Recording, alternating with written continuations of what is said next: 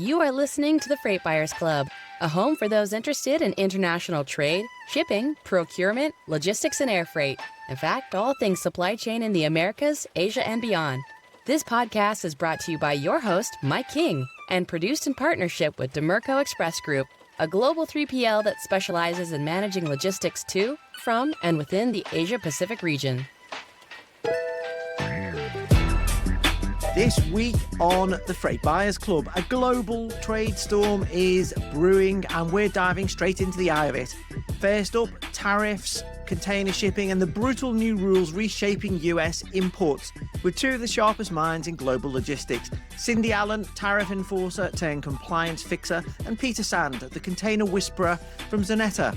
Then in part two, what's really behind America's new obsession with shipbuilding, a bigger US fleet and new fees for port access? We go deep with John McCown, container shipping legend, and the voice behind what's going on with shipping, historian Sal Mercogliano. Trade, power, policy, it's all on the line. I'm Mike King. Welcome to the Freight Buyers Club. As you've just heard, this episode is produced with the kind support of Demerco Express Group. We are available on all podcast platforms and on YouTube. Please do like, follow, subscribe, review, and comment. We're also on LinkedIn, Blue Sky, X, and the freightbuyersclub.com website, where you can subscribe to get every episode direct to your inbox. Today, we have a two-parter for you. Later on, we're looking at all things US shipping policy with John McCown, non-resident senior fellow at the Center for Maritime Security, which is the Navy League's think tank. He was actually mentored by the great founder of containerization himself, Malcolm McLean. And he's joined today by one of the breakout stars of shipping media and the creator of the excellent What's Going On with Shipping YouTube phenomena. But he's also a renowned maritime academic at Campbell University. It's Sal Mercogliano. But right now, we have one of the world's leading trade experts. Previously, she served as Vice President of Regulatory Affairs and Compliance of FedEx Logistics. She was also the Executive Director of the ACE Business Office at US Customs and Border Protection, the CBP. So very much the expert on how US tariffs are implemented. And in her current role as CEO and Managing Director of Tradeforce Multiplier, she helps major BCOs with compliance, amongst other things. Cindy Allen, welcome back to the Freight Buyers Club. It's only been a short break between appearances, but hasn't the world changed? We've had liberation over in the U.S. here. We've had liberation. It's only been a few weeks, but it seems like years. My wallet feels liberated. Thanks for coming on and joining Cindy today to talk about the demise of our pension is an old friend and someone who's a TV regular in his role as one of the world's foremost container shipping experts. It's Peter Sand, Chief Analyst at Xeneta. How are you doing, Peter? Looking chipper. I think it's nice for a moment not to have flip-flopping politics coming out of the White House. So enjoying a little bit of calm before the next storm is coming about. I think it's probably where I find myself today. But awesome to be back in your studio, Mike, as always. Before we start, we will be talking about tariff policy today, but rather than go into the multi-layered tiers of deadlines, fees, and sectoral breakouts again, please reference the first 12 minutes of the previous episode of this podcast, episode 39. In that, the National Retail Federation's John Gold runs through all the various schedules in great detail. You can also find a clip of this on YouTube. John does a far better job than I ever could. Please see the link in the notes below. Peter, if I can come to you first, and if we can just for now park the latest bit of news on US port call fees until the end of our discussion. I'll come back to that. But can you explain how you've been trying to keep your analysis up to date on container markets amid this endless bombardment of policy from the US? How are you going about reading these tea leaves on rates, for example, when we have so many unknowns on supply and demand? Always go top down. Always look at what kind of variables are actually changing, what kind of variables are not changing. And then more than anything, as the advice that we give out to our customers as well at Xeneta, keep cool, calm, and collected approach to a hailstorm like the current one, where every decision that you probably made in your whole career may be questioned. Did I do the right thing at the right point in time? Am I now being punished for setting up supply chains out of Vietnam because of another administration coming about? So I would say be very true to your approach, know your fundamentals. I think that's probably something that I have stated a number of times also. There are also a world outside the US. The US may account for something like 16% of the entirety of global container shipping market. So there's a world beyond the US. But of course, a lot of things are surrounding that right now. And a lot of that nervousness is changing the entirety of the networks as they may have looked up until recently, a few weeks, months, years from now. So I think it's pretty tricky to assess it all. But above everything, at the top level, when economics go sour, when consumers have to pay more for less variety and probably poor quality, it eats into their purchasing power and demand falls.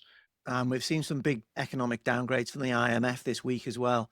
We'll come back to some of those other container trades, but if we can just stick to the Trans-Pacific, Peter. We're in the midst of contracting season. These are the long-term or the annual contracts. They're normally wrapped up around about now. This is where I am. We've got all these US-China tariffs in place, but we're hearing about mass blank sailing, cancelled orders. I'm hearing about people saying they won't pick up goods from port. And then yesterday, we've heard that Trump is talking about slashing tariffs on China, or at least he's put out an olive branch to try and bring China to the trade talks table. So what strategies are available to shippers and lines in the midst of this? And how have they been approaching these contract negotiations? From my side, I've heard some people have signed some contracts, but lower volumes, if that helps. I mean, the problem with the current situation is that you can only generalize to a very limited extent, because many of the problems that have been thrown at shippers and importers in the most recent weeks and months basically impact everyone pretty individually. So it's different from one sector to another, and from one company to another, how they actually assess their options and how they go about this. But Mike, I can only concur to what you just said before. I mean, it's a matter of nailing a contract, if possible, on those supply chains where you are absolutely certain that you will be able to move cargo in the near term and long term future, or at least up to 12 months, right? And with everything else in terms of uncertainty, I mean, if you cannot commit to a minimum quantity on any trade lane, you cannot, of course, enter a binding agreement with any provider, whether that's a forwarder or a carrier directly, right?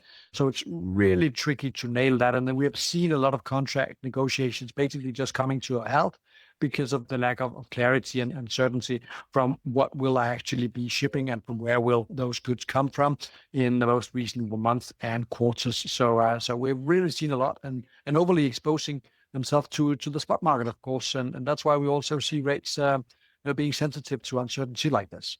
We've seen a lot of those cancelled sailings announced. Are we expecting that to carry on for a few more months, or does that again depend on policy? I think what we're seeing right now is super interesting if we take at least at face value what the carriers are announcing right here, right now. Because if we look at what they're up to on the Transpac, it's basically about to be peak blanking season once again. If we are just looking a little bit ahead into the early days of May and into half May, we're actually going to see more blank sailings than we see during the Chinese Lunar New Year. So that's definitely one indication of no shipments leaving China to any meaningful extent, right? But at the other end of the world, carriers are super busy deploying capacity on Far East to Mediterranean, Far East to Europe, where we basically now are looking forward to a number of weeks where no blank sailings are announced at all. So we're actually expecting record high capacity being deployed out of Asia, in particular China, into Europe. So it's a little bit fun mix that we're facing here. Will a lot of Chinese goods actually flush or flurry into the space of Europe? We will know in a few weeks. Yeah, so there's the possibility of dumping. We're not quite sure if lines are following the demand or following the supply at the moment, or are they just trying to work out what's going on? Have you spoken to any about that? Yeah, I mean, we heard that definitely some shippers have basically abandoned their warehouses in China because they could see that the goods produced for the American markets would be completely off margin once they landed in the US, right? With a tariff barrier of at least 145%, then low margin products would face complete difficulties ending up within the North American market, regardless of the way it would be traveling or whether it would go via, say, Canada, Mexico, something like that.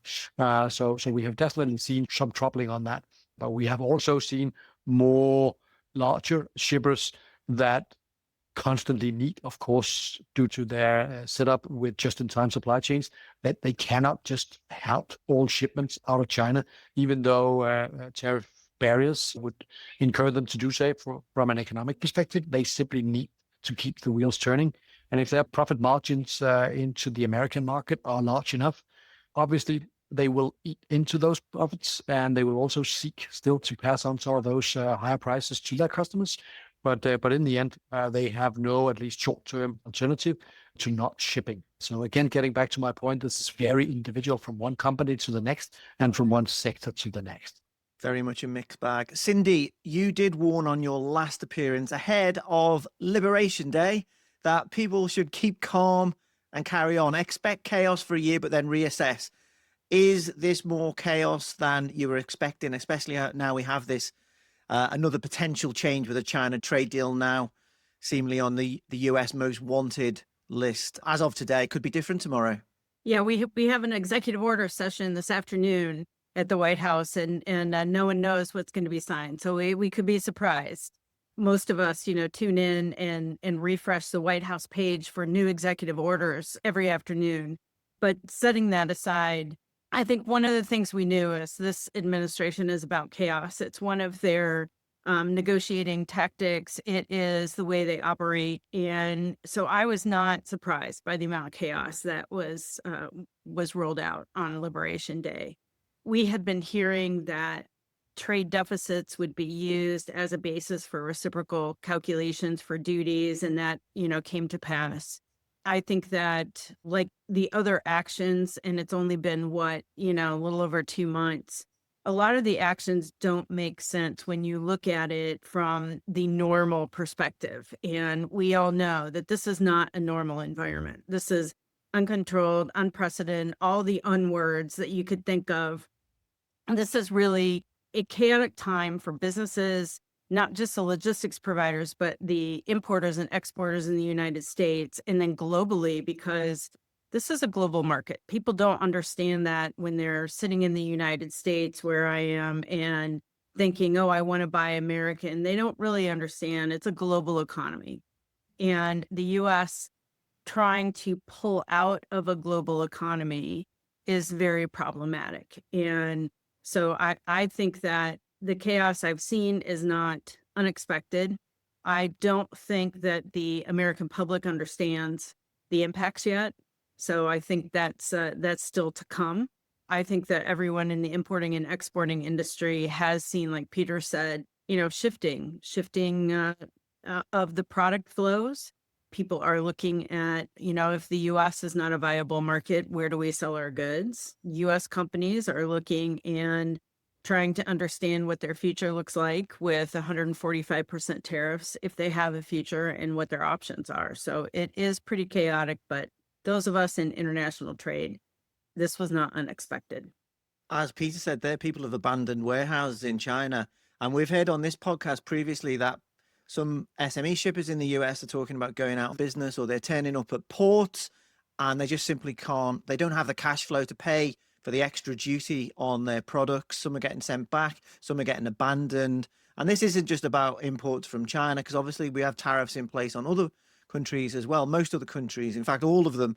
So maybe you can speak to that, but could you also explain to our listeners how the practicalities of this work when, say, parts of products are judged under different tariffs, either because of origin or because it's aluminum or because it's electronics from China, for example, rather than falling under a different category and therefore isn't exempt?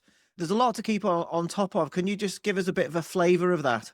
Yeah, it's extremely difficult. I'm a customs broker by trade. I've been, a customs broker for 35 years. I have never seen it this chaotic in trying to understand how to properly assess a duty. automation took over 25 years ago.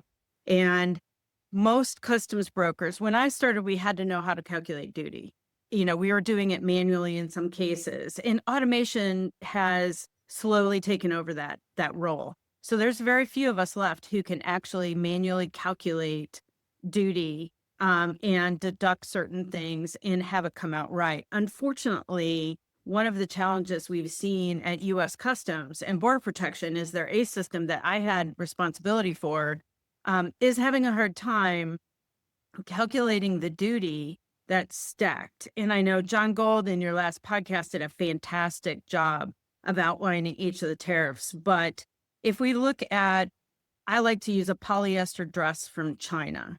Polyester dress from China has 16% regular duty. So you have to pay that. You have the original 301 duty that Trump put in his first administration, that's 7.5. You have the first IEEPA, which is the Emergency Powers Act of that was put on, we call them the fentanyl tariffs. That's 20%. Then you have the IEEPA reciprocal tariffs. That's 125%. So all in, it's 168.5% that someone has to pay as of Liberation Day that they didn't before. One of the other issues is May 2nd, and I know we're going to get into this in a little bit more detail later. May 2nd, anything under $800 from China is not allowed to clear under the de minimis threshold. So that dresses that are, $25 today come in free.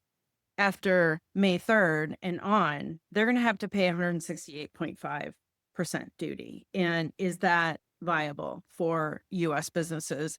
Is it viable for U.S. consumers? And for the most part, a lot of these companies are doing the math and they're saying no. I have a company that I buy vanilla bean pods from. It's a mail order business. And of course, I buy it because it's high quality. It's high quality because it comes from Madagascar. So Madagascar has something like 45% duty on it now. And this small company who started as a aluminum container source company, those containers, spice containers that are magnetic, and you put it on the board. Well, she started importing those. And so she imported the magnetic aluminum containers. And then she started importing all the spices to go in it because people were like, hey, we'd love to, buy spices from you. Great business opportunity. She started sourcing spices from all around the world. And I love the vanilla bean pods, highest quality. She is pausing her business. One, because she can't afford the aluminum with the aluminum tariffs. She sources those from China. So if you look at, aluminum containers, you're up to the 160 some percent as well on the aluminum containers. And then she'll have the Madagascar vanilla beans will be somewhere in the neighborhood of 60%. So she has sent out an email to all of her customers and said, I can't afford this. I have 1 to 3 months of product in stock. And if I ordered today, my order is going to hit after all of these changes happen. And I can't afford that. So I'm going to pause and wait to see what happens in 90 days. And then I might source. So people are pausing. They have 1 to 3 months of stock in place. They're fulfilling orders in whether they're a small business or a large company, they're fulfilling orders from their warehouses. We saw some large companies that were actually bringing in goods in advance. We saw that high peak in air freight shipping, as Brandon Frieda talked about. There's an announcement, you have a high volume of air freight shipping coming in advance of that, and then it settles back down. We saw, shipping increase. So I think that people have brought in their goods and now it's like hunker down and see what's going to happen. They are carrying on and staying calm, but I've seen a lot of companies, especially in the small to medium size environment, just pausing on sourcing. Real people and real businesses, and they're struggling because of this. And of course, that's the sort of product that can't be reshored in any way, shape or form. Just back on Customs and Border Protection, can you give me any idea of what they're trying to do to keep on top of this in terms of that ACE system? And I guess there's just a lot of man hours going into this, isn't there? Or people hours? Yeah, there are. There's a lot of people hours, especially in the automation and ACE. My friends, my former colleagues in the ACE system, they are furiously doing changes to the systems.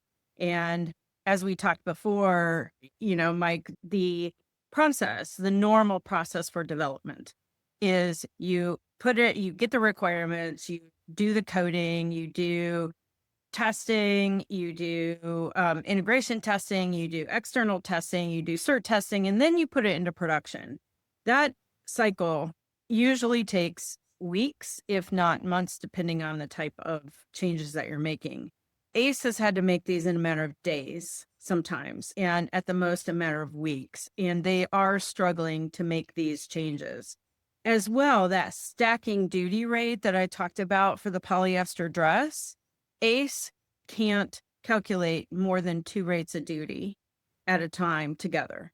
So what's happening today is the customs brokers are now manually calculating this, and the systems that they use are manually calculating the duty rates and sending it to customs. And customs has to manually calculate if they want to check it. So they're accepting it as true, but down the road, they'll have to check that in a manual way because their systems, it's a 30-year-old system now, and it cannot calculate the duty rates that effectively. So you have a couple of different impacts. One, the poor folks at ACE that are trying to make these changes sometimes in days without a lot of cert testing, without a lot of upfront ability to ensure that it works properly. And then you have things that simply just cannot do, that will fall on the import specialist to manually calculate at a time when the administration is pushing for massive enforcement to make sure that there's no fraud, to make sure there's no transshipment, to make sure that there is no ability to not pay the right amount of tariffs. So there are going to be some impacts. I don't see shipments stacking up at the border, because the customs brokers are transmitting the information. Customs has an automated way to look at the information to determine that, do I want to release this into the commerce of the United States? That's really not been impacted. And I don't think it will be. I think what's going to happen is after the fact, when people are trying to ascertain if that information was correct, that's going to be the huge impact on customs. Plus this massive pressure to enforce when they are understaffed already. We're understaffed when this administration came in, and a lot of folks in DHS just got a letter from the DOGE effort encouraging folks to take early retirement. So it's a juxtaposition that just doesn't make sense. Do more work, do it better with less tools and less people. So we'll see. My hearts go out to my former colleagues because this is really hard for them. They are the enforcer. They don't have a say in what policy decisions are being made, but it's their job to enforce it. So I have sympathy for them. Well, it must be tough at the moment. I'll bring Peter back in a second, but I'll just do de minimis exemptions on goods imported at less than $800 from China, 2nd of May. You mentioned it there, because there's a few other things going on that I sort of see as linked.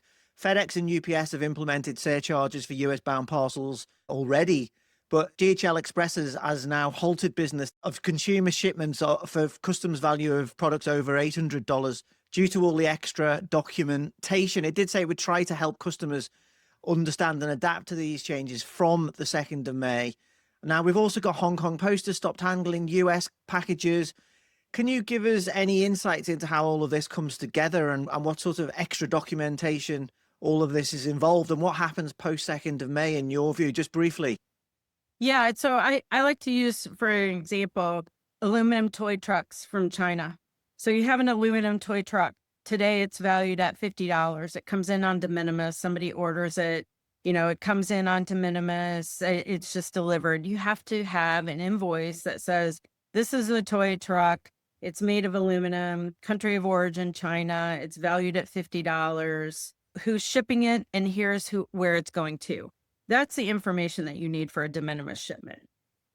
On May 3rd, this same aluminum truck is going to have the information on where the aluminum was cast and smelt, how much that aluminum value is, because it's not the tariffs on aluminum, which would apply after May 3rd, don't apply to any non-aluminum or non-steel parts. So if it's $50 and 25% of that is aluminum, the value, you only pay the aluminum tariffs on that value. But you have to know that. You have to know how much of that toy is aluminum. Then you have to know the value. Then you have to know the cast and smelt of that aluminum, which I can guarantee you most toy companies in China don't understand that. Then you have to understand who's the manufacturer of that, which before you just needed to know the shipper. If there's a different buyer than the consignee who it's actually going to, so if there's a middleman in there, you have to know that. So all of this information is required on May 3rd.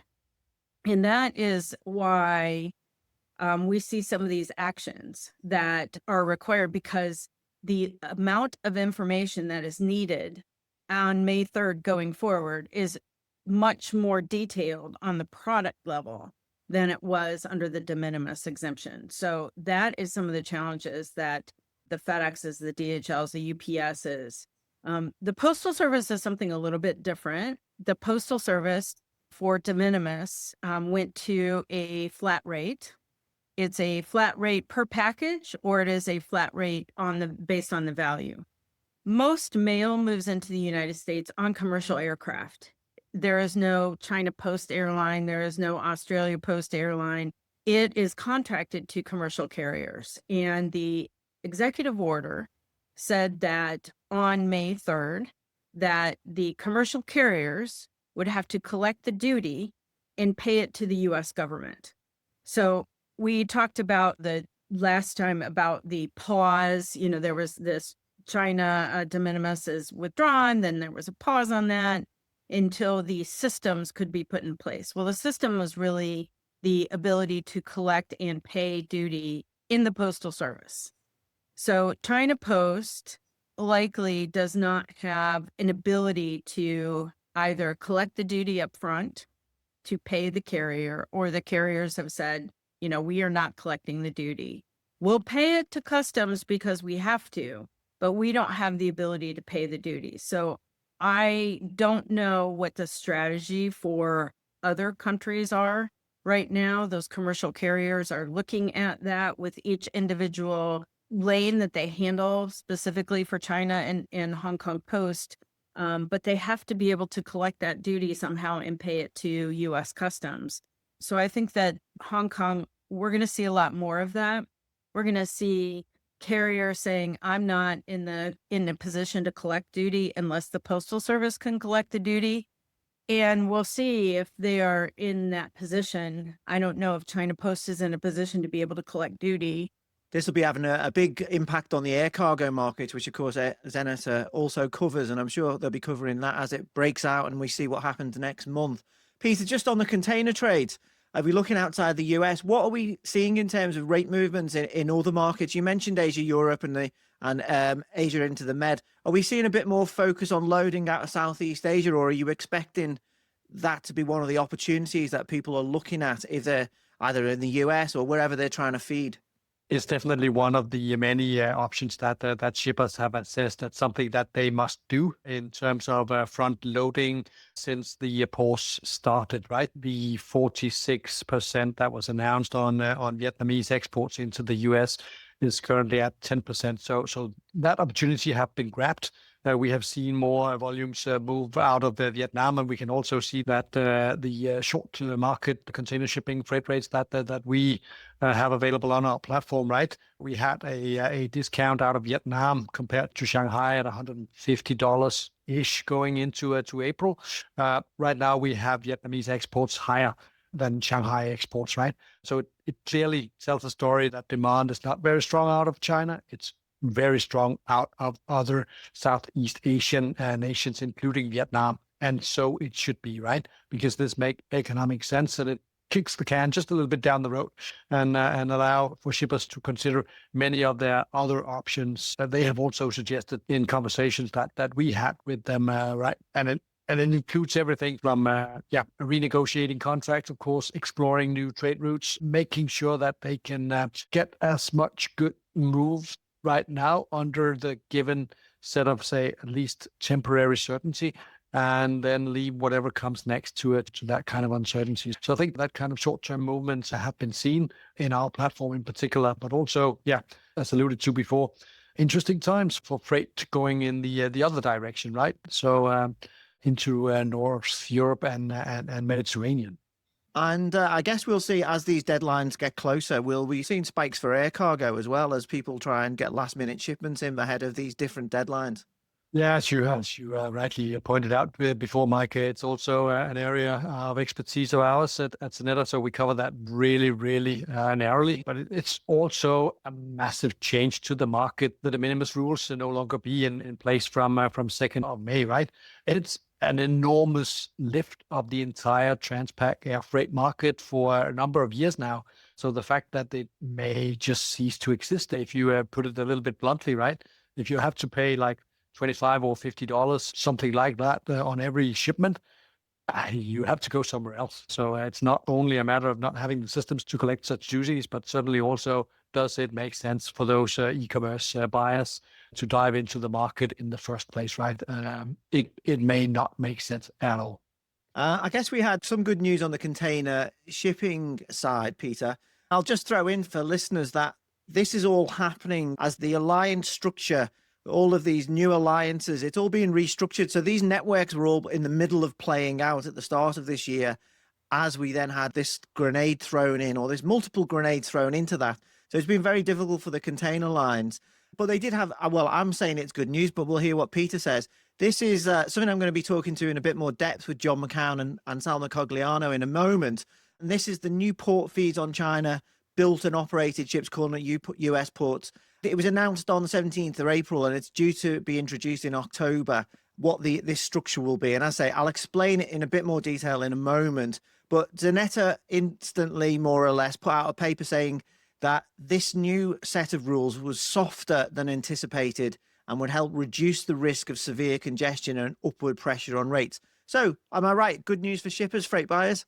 Relatively good news, because obviously they do not really like this port fee proposal in the first case, no. as was alluded to by the 600 odd number of papers handed in to the public hearing by the end of March, right? So even though we get 180 days before implementation and a watered down version of the original proposal, it is still a tax on international trade, and definitely something that is likely to get passed along to those that in the end buy the goods, right? But we are seeing something that from a geopolitical risk assessment perspective makes sense, right? We're back to China bashing in a fairly classic version, right? But I would say, I mean, we read that text a number of times earlier today, and the jury is still a little bit out whether the Chinese carriers get a double whammy or a single whammy only. But I think what remains is that they will pay the higher fees in 180 days as well as in 2018, or depending on how long this will carry out. But it could amount to, say, 10 million at that point in time. So a tariff or a port fee like this basically will be disruptive, but fortunately not as disruptive as we saw it in the first case, right? So Chinese bashing, Ocean Alliance, most likely also being impacted to the largest extent, of course, due to COSCO Group being a part of that. But there are ways around that, of course. But it all comes with a cost. Inefficiency being re-injected into to super efficient supply chains. So a bad day still, I would claim. Thank you, Peter. Please stay with me, because coming up after a message from our sponsors, we're focusing in detail on what is driving this renewed US focus on shipping and shipbuilding and what it means for freight markets in the long term. But for now, Cindy Allen, CEO of TradeForce Multiplier, and Peter Sand, Chief Analyst at Soneta, thanks for joining me today on the Freight Buyers Club. Thank you. Always a pleasure. This podcast is proudly produced in partnership with Demerco Express Group, a trusted provider of global shipping and contract logistics services in Asia, Europe, and North America. Demerco's particular strength is in Asia, where it gives shippers the freight capacity and local market expertise to streamline freight movements to and from the region, particularly for trans-Pacific lanes. With 130 forwarding and logistics locations across China, India, and Southeast Asia, Demerco connects Asia with the world like no other global 3PL. You are listening to the Freight Buyers Club. Welcome back. As promised, we're now going deep on US shipping policy and what it's trying to achieve and do. And to do this, I'd like to introduce my first guest, who's a non-resident senior fellow at the Center for Maritime Security, which is the Navy's think tank. He's an author, former shipping line operator, and he was mentored by the great founder of containerization himself, Malcolm McLean. John McCown, welcome back to the Freight Buyers Club. Very pleased to be here, Mike. Great to have you on. And he's joined by, I was thinking how am I going to describe him? I think he's going to have to be one of the breakout stars of shipping media as the creator of the rather addictive and very charismatic What's Going On with Shipping YouTube phenomena. He's also almost gets forgotten, I think, occasionally, a renowned maritime academic and a historian at Campbell University, no less. It's Sal Mercogliano. Welcome, Sal. Mike, thank you for having me. I'm excited to be on. Me too. I know from speaking to you both previously that at heart, you guys want what's best for US shipping, for US mariners, for US industry and the US economy. So I wondered, just to kick off, could you perhaps briefly first explain what you think this Trump administration is doing right and where there's room for improvement? And I just want to throw some context in for watchers and listeners. On April the 9th, the White House issued an executive order called Restoring America's Maritime Dominance. It aims to rebuild the US commercial shipbuilding sector and maritime workforce. And following that, a number of action plans are in progress. All this designed to strengthen the US maritime industrial base. So, Sal, do you want to kick us off? Yeah, I think it's hard to understand from outside the United States. I think one of the things that's been going on for 40-something years has been just a batch of sea blindness in the United States, particularly on the commercial side. The U.S. has become enamored with the naval side, and having a big Navy and a large kind of capabilities to support a Navy has been really the focus. And what we have basically done in the United States was outsource our commercial shipping overseas. Ships were built overseas. We allowed foreign companies to basically take up the onus. And I think now there's kind of a little bit of a realization that not that the U.S. wants to take a dominant role by any means, but it really wants to take back some position within U.S. shipping and world shipping. And so one of the things we're seeing here is a variety of issues. You have obviously the tariffs that you've talked about extensively, but we also have a proposal by the Trump administration to get shipbuilding back going, commercial shipbuilding, through an executive order, and a shop opened up in the National Security Council. We also have the introduction of the SHIPS Act. This is by Senator Mark Kelly, the only member of the U.S. Senate who's a merchant mariner himself, along with Senator Young. So it's Republican and Democrat together doing this. So very bipartisan. And I think what we're seeing is an attempt by the United States to really start shifting back and start rebuilding that commercial infrastructure, because in a way, it also helps the Navy side. One of the problems is being so dependent on Navy contracts and U.S. shipyards. It's really diminished our ability to be very efficient. And so, yeah, there's the overarching issue of China and the dominance that China shows throughout the entire maritime sector. But still, I think the U.S. wants to get back into a position where it can once again be a player in world shipping. John, I presume you agree that it's great having US shipping front and center with this administration. I mean, how do you think they're going about it? I certainly do. And Sal's completely right. We need a renewed focus on what we need to do to kind of build our merchant marine. And I'm all for that. I think the focus should be on getting additional U.S. ships, and billets, places for our graduates of our Kings Point and state maritime academies, and the important role of sea lift. And all of that is kind of coming to the fore, and it's great to see the focus on our industry. And it's been building for the last few years. Frankly, a lot of it's related to China, and there's just a realization that we've got a a real Achilles heel from a national defense standpoint in terms of not having enough sea lift capacity. So it's great to see the focus, on growing our merchant marine at the top. And John, the executive order, the Restoring America's Maritime Dominance, it does cover quite a few areas. I mean, do you think it's covered all the areas it should cover, or is there bits missing or bits that aren't complete? Well, it certainly is. You read the order, it's the ambition is quite bold, and it in particular seems to have a shipbuilding focus. And I would love to see U.S. built ships operating in international commerce. That's kind of a tall order, though. And I guess my observation is China has certainly subsidized their maritime industry, and they see that duality between the naval use and the commercial use and massive government subsidy. There's a famous naval thought leader, Alfred Mahan, who really kind of defined the way things should be done. And America kind of paid attention to him up until about the 1980s. And that was around the same time we stopped paying attention to what he said, and the Chinese were starting to embrace him. But even though China is moving ahead, China isn't the only thing that has kind of changed our involvement in shipbuilding. Before China, it was Japan and it was Korea. So I understand the focus on the area. Again, as I said earlier, my focus or my highest priority is how we can get ships operating under U.S. flag wherever they're built. Our merchant marine has really declined to where it's mostly the Jones Act and the vessels that are subsidized under the Maritime Security Program or the Tanker Security Program.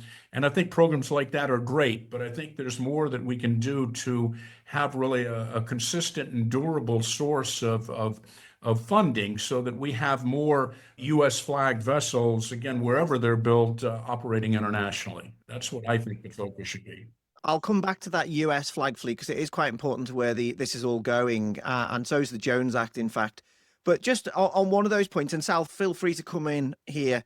We're talking about this as part of this possible existential struggle for power with China.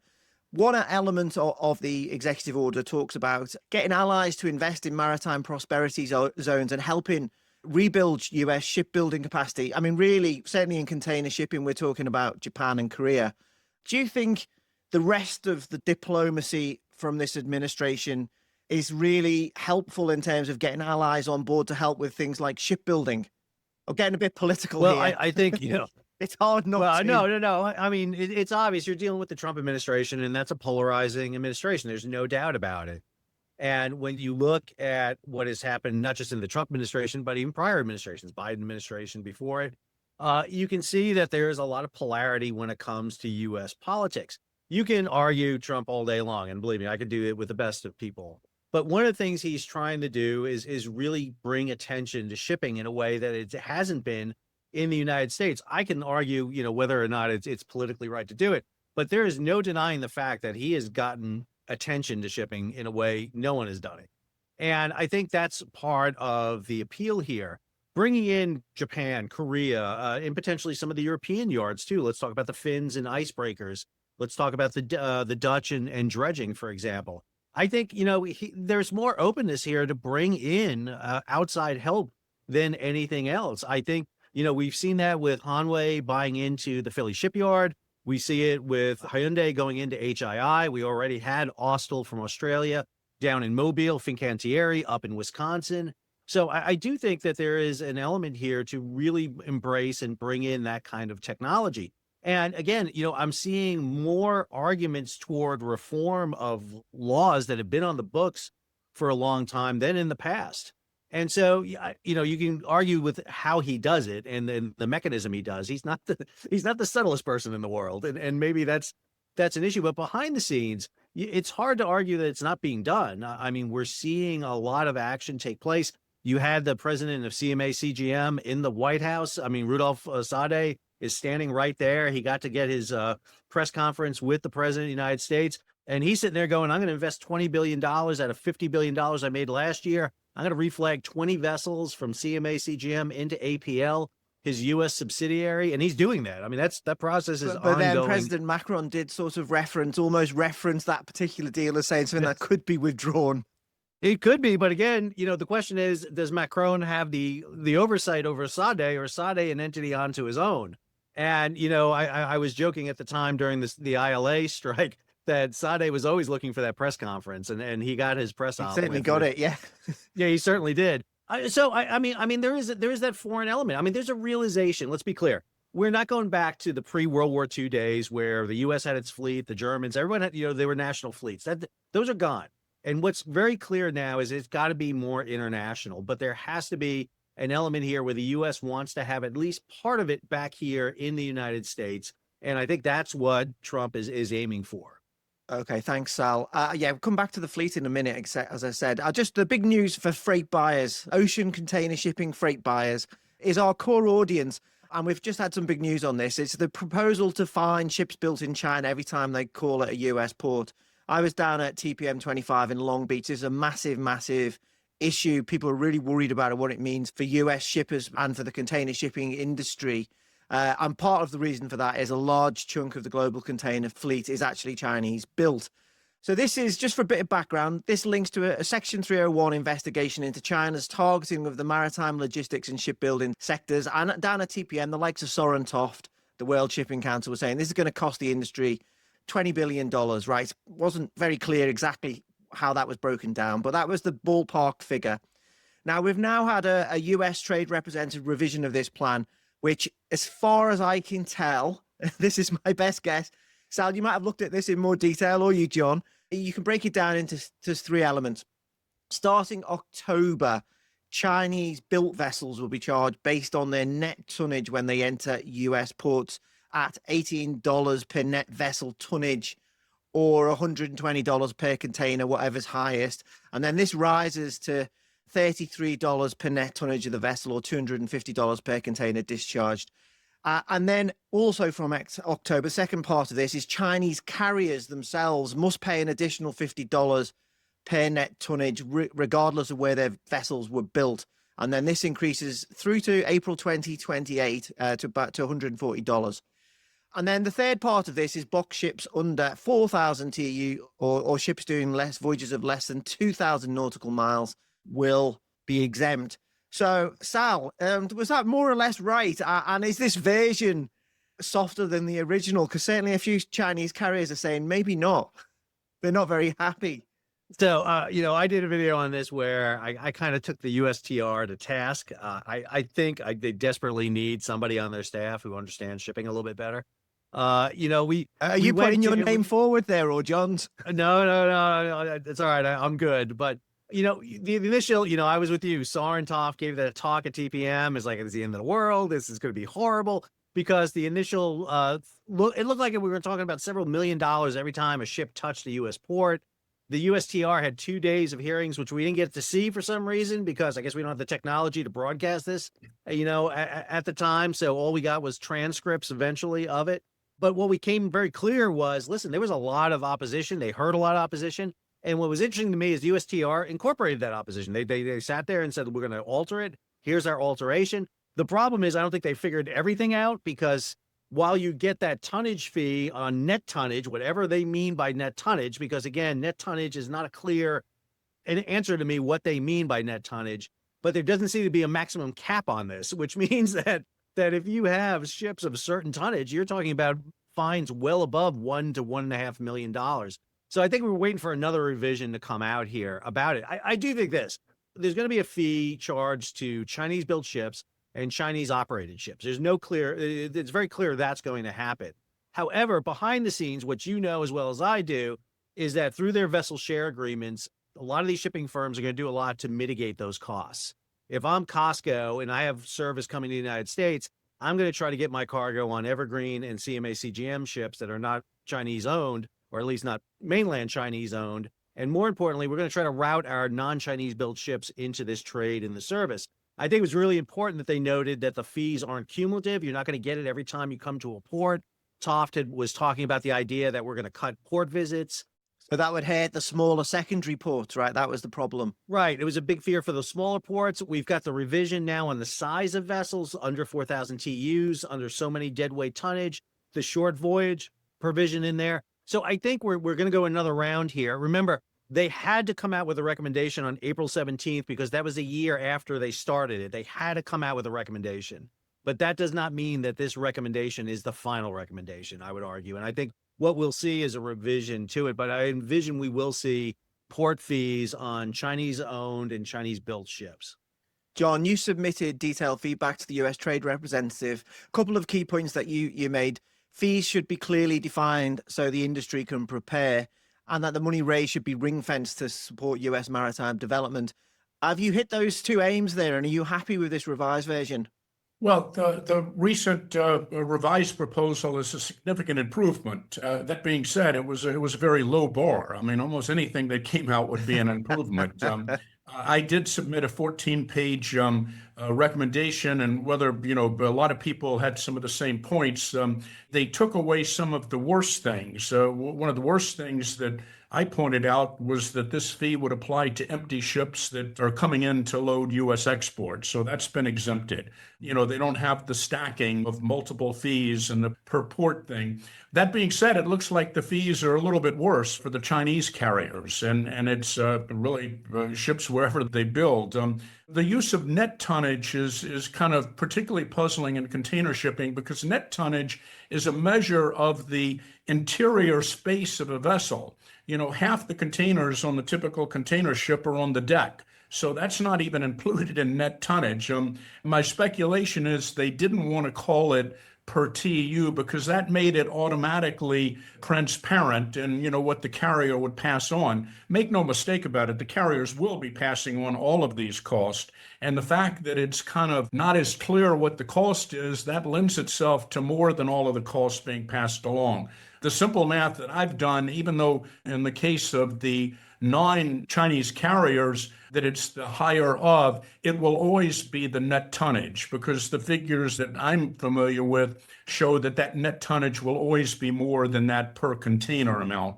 The rough math tells me that a big vessel coming in based on net tonnage, I'm talking about the Chinese carriers, will be paying $8 million each voyage. And they're going to do a fair number of voyages, call it easily do 10 voyages if you're in a Asia to West Coast service. So that's 80 million. Obviously, that ship will not be competitive. And so what is going to happen, it's good that they didn't have the per port thing, which would have just jumbled up all of the U.S. ports. But there's nothing that I see that is going to stop somebody from now diverting immediately to Canada or Mexico. And that's what I would expect all of the Chinese carriers to do. So you're going to be taking away rather significant volume from the dock workers. You're going to be adding cost. So that's not a good thing. Some of the terms are, because it's not as complicated, it's not as fuzzy, but even the term of operator. I mean, I found myself thinking, the Ocean Alliance is COSCO, good point. OOCL, Evergreen, and CMA CGM. Well, if COSCO's moving their boxes on those other carriers, is under one interpretation, somebody could say, well, that's kind of a Chinese carrier. So, that needs to be tightened up. So it's certainly an improvement, but it's a major additional barrier. I quite frankly view it as nothing more than a blunter form of tariff, and all of those costs will be passed on to shippers, and shippers will pass on all of those costs to American consumers. We can't avoid that T word, can we? There's no escape. I'm going to throw another one at you. There's also transshipment options, certainly on the East Coast anyway, which could help avoid some of these. And yeah, the alliances partners can move around it. But you're both seem to be in agreement. This is going to mean higher costs for US shippers. Significantly higher cost. And the big unknown really in terms of the metric of is it going to be massive inflation, between this and the tariffs, which are bigger, or is it just going to put a real dent in volume? And quite frankly, I don't think anybody knows for sure. I do think, I feel comfortable we'll see a dent in volume. We're not going to really see that initially probably until May on the West Coast, and probably not even until June on the East Coast, because this is more the impact of the tariffs. The ship fee program isn't going to do anything until October, so who knows what may or may not change. But the tariffs have already gone into place, And as I understand them, the tariffs, the effective date, was when it was loaded at the last port prior to coming to the U.S. So we'll probably even see maybe a little bit. I'm sure there was a little bit of a bump in terms of whenever it was April 9th, in terms of loading as much as you can to vessels in China. But that 145% tariff, I can assure you, is going to kind of stop trade immediately, until people figure out what's going on. And China is the source of 40% of our inbound boxes. So, it's going to be a pretty big effect, I think, both in terms of volume and in terms of inflation. I've been covering the container shipping industry for many, many years. Every so often we talk about, oh, well, maybe we'll front load ahead of this, US West Coast dock worker strikes or something. I was just, as you were talking then, in the 12 months to October coming up, we might have had ILA strikes, then ILA strikes again. Then we've had tariffs. Then we're going to have 90-day pause on tariffs, which all of those things could have led to front loading. And then we're also almost talking about, could we have another bump before these port fees come in? That's a lot of front loading to get your head round. Well, that'll be interesting to see how that plays out. Okay, guys, what do you think of the various initiatives to build up US shipbuilding expertise and capacity and this seafarer pool? John, do you think they're well thought out? And in particular, I'm thinking of the various policies that are supposed to, and I'll quote section 13 of the executive order here. It says the idea is to increase the fleet of commercial vessels trading internationally under the US flag. Are we going to see some of these services maybe on the Transpac operating purely as eventually down the road as US flagged vessels?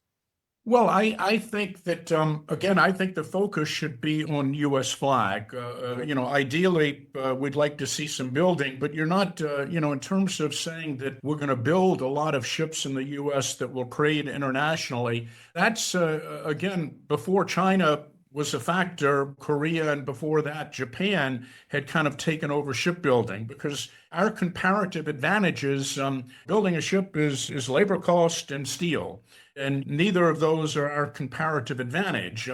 So I fully support what we can do for shipbuilding, and certainly the Jones Act is in place. But I think in terms of getting ships internationally, I'm a big believer in supporting that, and supporting it with further programs like the Tanker Security Program, focused on the specific ones we need. I propose that there be kind of a return of the subsidy without any constraints, and kind of focused on the container space and the LNG space, because those are the two where that delta in terms of our higher crew cost or the smallest percentage of the overall cost. So I think there's a lot to be said for programs that incentivize, kind of kickstart somebody to operate U.S. flag. And then once they're operating, maybe that doesn't need to be a permanent subsidy, particularly in the container space. I think there are clearly some sales advantages to having U.S. flag. And so I think that's what should be pushed. In terms of the shipbuilding, gets a little outside of my area, but quite frankly, we don't have a lot of capacity that's, certainly we can build it, but that's going to be kind of a long-term project. That's not something where we're going to see new ships, within any time soon from this policy. But I guess we're still waiting to see the framework of what's behind the executive order. And I embrace anything in terms of additional government funding, because I think what you really need to have is that consistent and durable source of both subsidy, which is right now about $5 million per vessel per year, will kind of equate the operating cost. And that's you go through the numbers, that's a very small price to pay for the additional utility. Again, the Tanker Security Program was an excellent example of that. Sal, is there anything in the Jones Act that maybe the reform of it might help provide incentives or carrots for people to start building up the US flag fleet? Well, I think you have to look at everything right now. And, one of the things that's remarkable to me, and I think John would agree, is never in our lives have we seen more attention on shipping in the United States and in reform. I mean, we had the Ocean Shipping Reform Act in 2022. We now have the Ships Act being introduced. We've got the executive order. So, I almost think there's nothing that's not on the table right now. The problem with the Jones Act has always been it's a very polarizing event. You're either, pro or anti, and you can't be in between. And that's basically where you sit on that spectrum. And, I run the ire of both sides, because I sit there and go, listen, we got to have a discussion about it. The original Jones Act, when written in 1920 by Wesley Jones, this is actually before even John and I's time, was an idea of a national maritime strategy. It included international shipping, it included shipbuilding, it included everything. And now we're just down to this coastal trade. And I think, you've got to open up the doors. For example, an LNG trade. I am all for bringing foreign-built LNG carriers in a temporary basis into the U.S. trade to move liquefied natural gas. It's going to take 5 to 7 years to build a domestic LNG carrier in the United States. Bring them in. One of the provisions you see in the executive order and in the SHIPS Act in particularly is the idea that you can bring a ship into the registry while you're building a ship in the United States. There's those provisions to do that. I think that's a key one. We saw it in the trade rep also at the same time. I also think you're starting to see a change in how seafarers are looked at. Back in the day when you hired a U.S. flag ship, you may have to deal with 4 or 5 shipping unions on a single ship. I mean, it's bad enough to deal with one union, let alone deal with 4 or 5 of them. But you just saw a union in the United States, the ILA, get for its workers a 62% pay raise. And everyone's like, well, wait a minute, maybe unions aren't that bad. And I've been really amazed talking with unions in the United States, how different they are than the way they have been.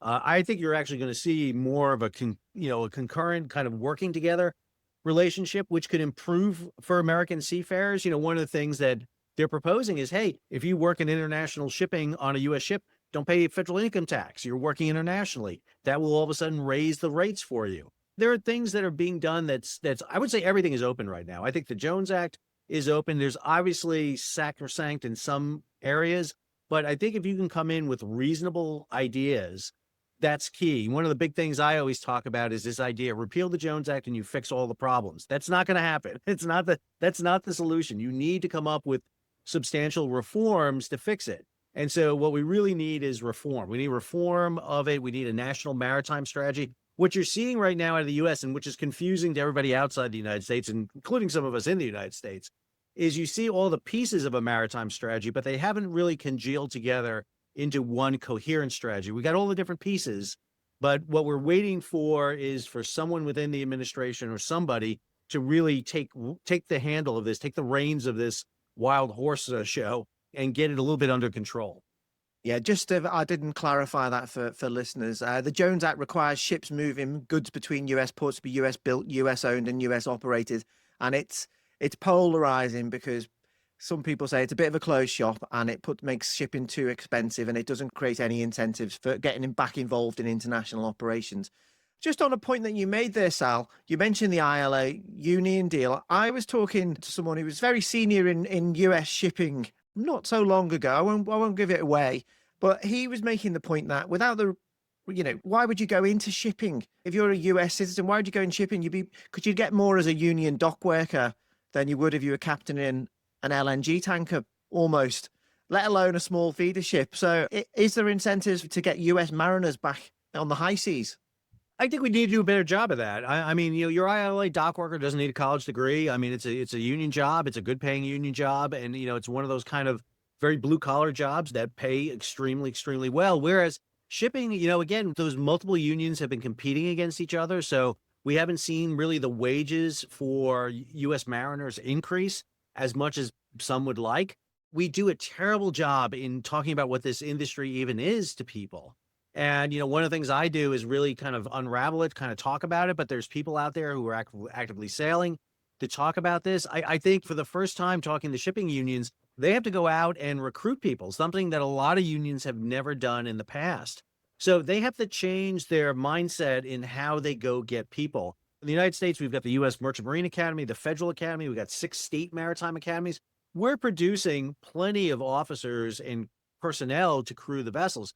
We just got to make it an incentive enough for them to want to go to sea. And I also think we got to change our mindset. The 20-year, 30-year career at sea isn't for everyone. Not everyone's going to want to do that, but you can go to sea for 3-4 years, kind of like I did, and make a mark and then come ashore and be successful. And I think we need to kind of change the mindset of how it is. Plus, there's new technology out there. We're putting, a satellite on everything so you can get internet connections. You're not disconnected the way you were in the past. There's better leave. There's better health benefits. There's better everything for it. So I do think you can promote mariners better. It tends to be such a disjointed, out of sight industry that most people don't even know it's a choice. Quick final round then, guys. Thanks for that, Sal. And I would urge anyone out there to check out his channel because it does really make shipping very accessible for people. So, two things just to finish off. What do you both think about the US rejecting recent IMO emissions rules and not even showing up at the vote in the IMO? And if anyone's listening, they want a full explainer on those rules, I've done one on YouTube. And then a second point, the Federal Maritime Commission is investigating whether to ban vessels from US ports if they're linked to unfair practices at major global choke points, commented due by May 13th. So what are your thoughts? Sal, do you want to go first? Yeah, well, number one, I think we need to be on the IMO. I mean, we need representation there. I think one of the big problems is we don't have a very good permanent presence on the IMO, and I think that's a detractor for the United States. We need that permanent presence. I do think that, you know, and part of the IMO issues has been, the IMO has been pushing emissions on shipping for quite a while now. And I don't think everybody realizes the impact that's having on shipping in many ways. And, you know, some of the provisions could potentially make ships being built today obsolete within 10, 15 years, meaning you're going to have to pay more for new ships. And so, you know, I'm all for making everything cleaner and greener. I understand that. I understand that ships emit a lot of pollution based on their size, but per pound, they are the most efficient means we have to move cargo on the planet. And so I think we need a more realistic, but the way to be more realistic is not to not participate, it is to participate. But we need a better job of being able to talk about that. I think the IMO's reductions have been escalating, going from a 50% reduction by 2050 to almost 100% by 2050. I think that's, you know, we're talking about the largest objects ever made by human beings becoming carbon neutral. And I have the solution to that, Mike. It's called a sailboat. But the problem is you can't make a 24,000 TEU sailboat. It just doesn't work really well.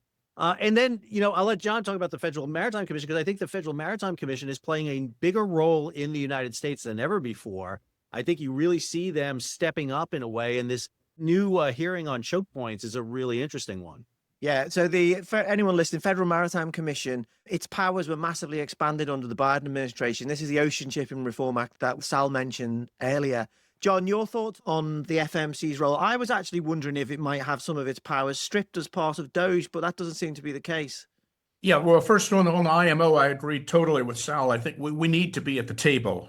You know, this is going to happen whether we're involved or not, but it's important, I think, on that and almost everything for us to be at the table and play a leading role.